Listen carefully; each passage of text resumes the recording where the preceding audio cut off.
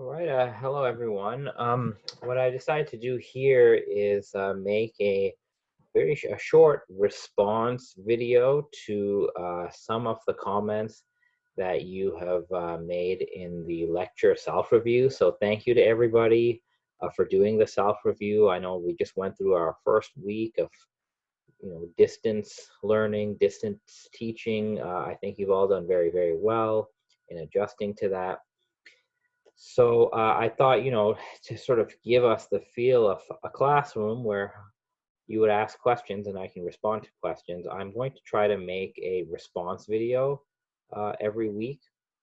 And, these response videos will be posted like, in like the next week that I'm responding to. So this video that you're watching now, I'm responding to week 9, but you actually saw it in week 10. So what I wanted to do is just address a couple of the questions that were brought up in the self-reviews. And one question that really kept showing up is what the Quran actually says about Jesus being crucified or not being crucified. So I thought we should just look at this again. A lot of you seem to think that the Quran says very straightforwardly that Jesus did not die. That's not actually what it says. So let's look at the verses very, very carefully.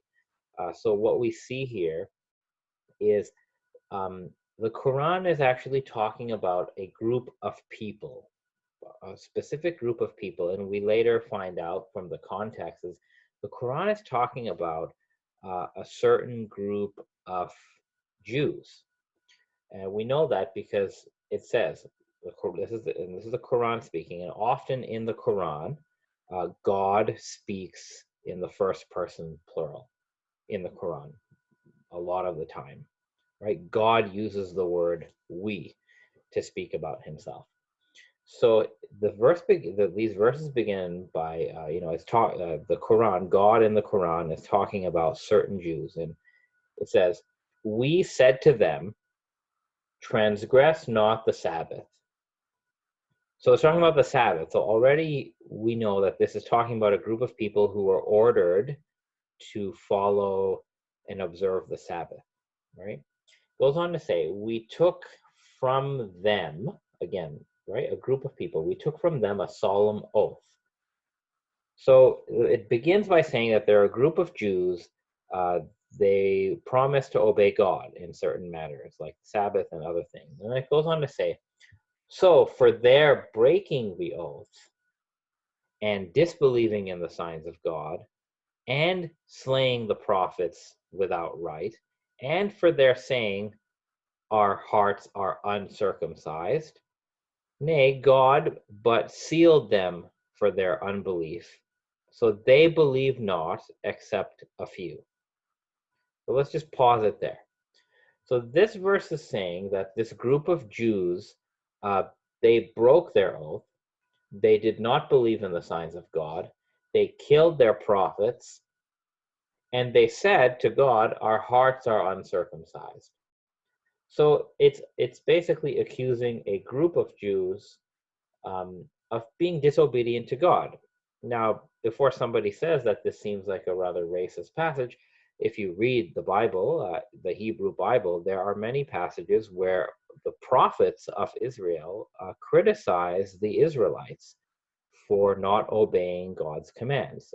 And what the Quran is saying here is actually paralleled in the Hebrew Bible, and even the later rabbinical literature. So like the literature written by Jewish rabbis criticize the Jews for being disobedient. So this discourse of sort of criticizing any people for not obeying God, it's quite widespread in the tradition.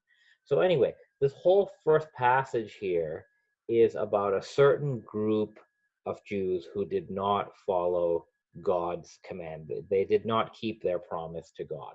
So the Quran then says, God sealed them for their unbelief, so they don't believe, and for their unbelief. And so again, the same group is being described.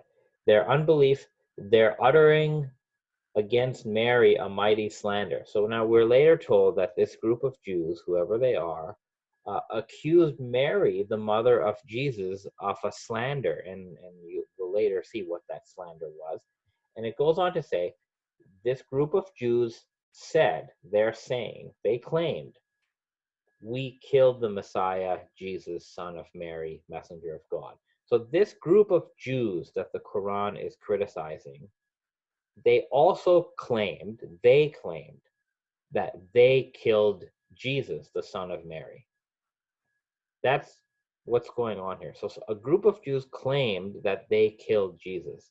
Then the Quran says, yet they did not kill him, neither crucified him. It was only made to appear so to them. So this group of Jews, who they actually claim that they killed Jesus, and the Quran is saying they did not kill him, but it was made to appear to them as if they did.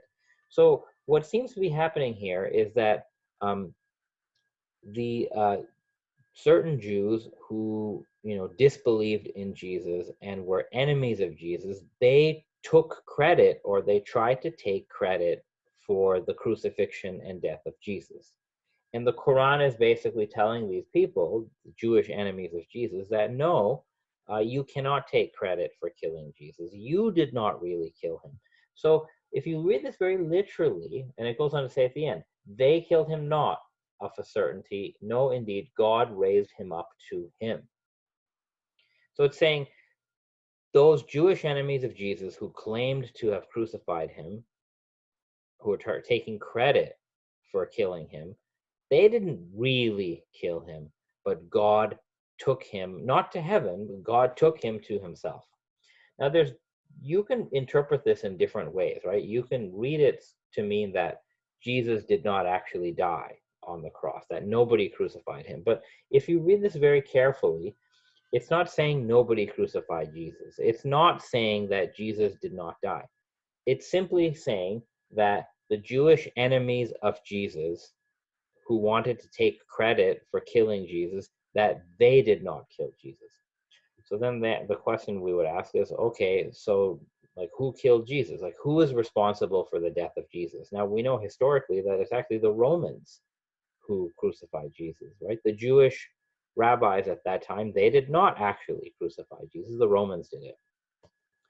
Now, the Quran's view on this matter of who is responsible for the death of Jesus, and think about this, who is ultimately responsible for life and death at the end of the day, right? Which power, who is the agent that at the end of the day chooses when we live and when we die? And somebody would probably answer, if you believe in God, you would say God at the end of the day is the one who chooses whether we live or die.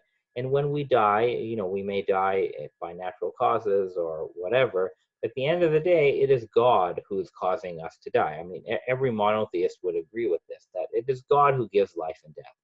Now, this is important to keep in mind because that's what the Quran actually seems to be saying about Jesus. Some Jewish enemies of Jesus, they boasted, they claimed that they killed Jesus. The Quran says, no, they didn't. But in two other verses, the Quran says that God caused Jesus to die. This is one of them. In this verse, God tells Jesus, I will cause you to die, and I will raise you to me. So there's two things being said here. First, it says Jesus will die because God made him die. And then it says Jesus will be raised to God. It doesn't even say raised to heaven, it says raised to God. So what I'm saying is that the proper way to interpret all of this, right, the crucifixion verse and this verse, is to interpret it by concluding that it is God who is ultimately responsible for Jesus' death. So again, the Quran is not saying that Jesus did not die. It doesn't say that. All the Quran says is that the Jewish enemies of Jesus who wanted to take credit for killing Jesus, it says they cannot take credit for this. And it says in this verse here that actually it is God who made Jesus die. So this could mean, and it probably means, that Jesus was crucified, he was put on the cross, he died on the cross, but this was part of God's plan, that God is responsible for this. Jesus' enemies are not responsible for it. They may try to take credit, but they can't. And the next thing I had showed, if you remember, is that if you read the New Testament, and this passage here, this is from the New Testament, this is from the book of Acts, you can look this up, where Peter is talking to a group of Jews in Jerusalem. And Peter is telling them about Jesus. And look what Peter says. He begins by saying, Jesus of Nazareth was a man accredited by God. Okay, so he begins by talking about Jesus. Jesus is a man accredited by God. And he then tells them, he tells his Jewish audience, this man was handed over to you by God's deliberate plan and foreknowledge. So pause. So Peter is saying that the fact that Jesus was arrested and put on trial and ultimately killed, it was part of God's plan and knowledge. Like God actually intended all of this to happen. Now he goes on to say to certain Jews that you put him, with the help of wicked men, the Romans, you put him to death, and you put him on the cross. So, you could say that maybe physically Jesus was crucified by, the Romans with the instigation of certain Jews at that time. But Peter is saying in the New Testament that this was God's plan. Now, I would ask, how is this different from what the Qur'an says, right? The Qur'an says to Jesus' Jewish enemies that, they actually did not kill him. They claimed to have killed him, but they didn't. But it was God who made Jesus die. I think Peter is saying the same thing. And of course, the Quran says here, God raised Jesus up to him. And again here, God says to Jesus, I will raise you to me. So there's this idea of exaltation, right? That Jesus, although physically Jesus was crucified, that's a very humiliating way to die, right? To be put on a cross in public. Like it's a very humiliating way to die. It's a disgrace. But the Quran is saying, even though this happened physically, in reality, spiritually, Jesus has been raised to God. That is what the Quran is saying. And I think this is exactly what St. Peter is saying in the New Testament. It says God raised Jesus to life. We're all witnesses. And now Jesus has been exalted to the right hand of God, which means Jesus is with God. He's very close to God. The Quran says this, and the New Testament says this. So that's how I'm saying we should be reading the Quran. The Quran is conversing here with the New Testament. It's actually agreeing with what the New Testament says, but it's doing it in its own way. Now, the second dimension to this, what the Quran says, and again, we'll look at the same verses, is the fact that we know that the Babylonian Talmud, which is written like 100 years before the Quran, that the Talmud is not the work of one author. It is a compilation of different interpretations by many, many different rabbis, many of whom we don't even know their names. That's what the Talmud is. The Talmud says, firstly, it says that Jesus' Mary mother was, I hate to say the word, but she committed adultery. She's an adulteress. And Jesus is a bastard. That's what parts of this Talmud say. It also claims, the Talmud claims, that the Jewish rabbis put Jesus on trial, and the Jewish rabbis killed Jesus. They executed him as a blasphemer. So it says some very bad things about Mary, and then the Talmud basically tries to say that the Jews did kill Jesus. That they put a positive spin on it for their purposes. So this is written 100 years before the Quran. What the Quran is actually saying, in the same verses that we already looked at, is that it is answering back against the Talmud. And we know this, or we can speculate this, because the first part, right before talking about the crucifixion, the Quran is referring to a group of Jews, not all Jews, but a group of Jews who are enemies of Jesus. And it says that they had been uttering against Mary a mighty slander. What is this mighty slander? Right? It says they slandered Mary. Well, who slandered Mary? Well, the Talmud certainly slandered Mary, right? It called Mary an adulteress. That's slander. So the Quran is answering this.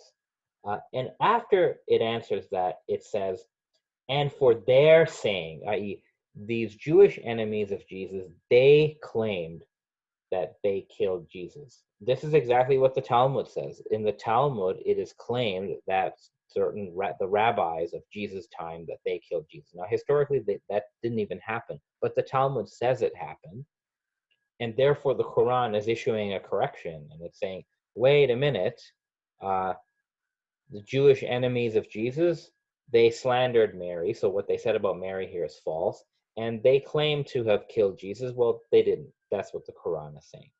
Again, the Quran is not saying that Jesus didn't die. It is not saying that Jesus was not on the cross. It's simply taking away the credit that some of Jesus' Jewish enemies wanted to take in being responsible for his death. So I think that is what's going on here in the Quran, right? The Quran is answering. On one hand, it's agreeing with the New Testament. It's saying that, look, the fact that Jesus was put on the cross was part of God's plan, and part of that, the end of that plan was that Jesus is raised to God, which is a happy ending. And the second layer, the second context behind this is the Quran is answering the Talmud. It's disagreeing with the Talmud, and it's issuing a correction to what was written in the Talmud. So that was one. A lot of questions were about this, right? About the crucifixion. Now there's one more layer to the crucifixion, but you can check that lecture again because I've talked about it. There were other questions about the Quran and tolerance, right? So I'll bring this back up, right? So here, if you recall, the Quran rejects exclusivism for salvation. So the Quran is against the view that only one religious group will go to heaven, or that to go to heaven you just have to be part of one religious community and then you're automatically in. The Quran doesn't agree with that. The Quran rather says that to go to heaven you have to have faith in God and you have to do good works. That's what the Quran actually says. And the Quran is actually tolerant of religious diversity. That's what you see in this verse here. Now, there are other verses in the Quran that I haven't shown you that are more about diversity in general. So in another famous verse of the Quran, it says, God says that, "O humankind, we created you from one soul, and we made you into nations and tribes so you may know one another." It's a very famous verse, and this verse is often interpreted to mean that God has created diversity on purpose, cultural diversity, racial diversity, all kinds of diversity, that this has been done on purpose. Some modern interpreters, they're a minority, but some modern interpreters interpret those verses to mean even sexual diversity, that even different types of sexuality are part of divinely willed diversity. So the Quran certainly talks about diversity. There are other verses where the Quran says that the different languages that people speak, that linguistic diversity is a sign of God as well. So it's not just religious diversity.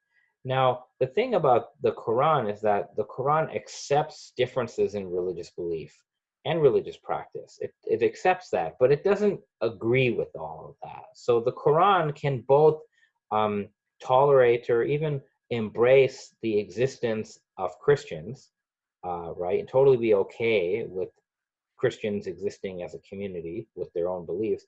And the Quran can also disagree with those beliefs.